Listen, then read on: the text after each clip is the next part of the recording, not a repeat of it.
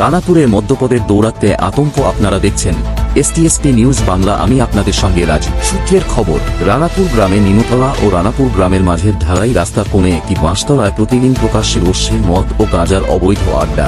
এমনই অভিযোগ স্থানীয়দের। নেশাগ্রস্তদের অশ্রাব্য ভাষা, মহিলাদের উদ্দেশ্যে অশালীন ইঙ্গিত, মারপিট ও অশান্তিতে অতিষ্ঠ সাধারণ মানুষ।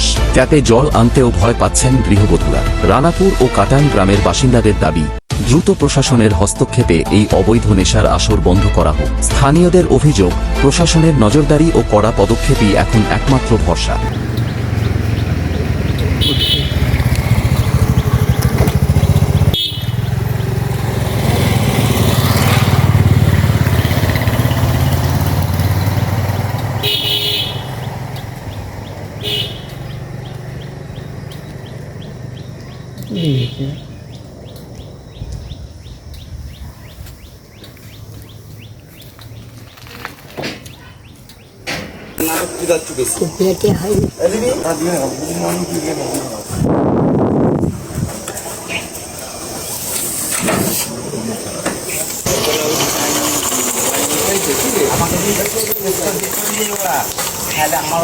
আমাকে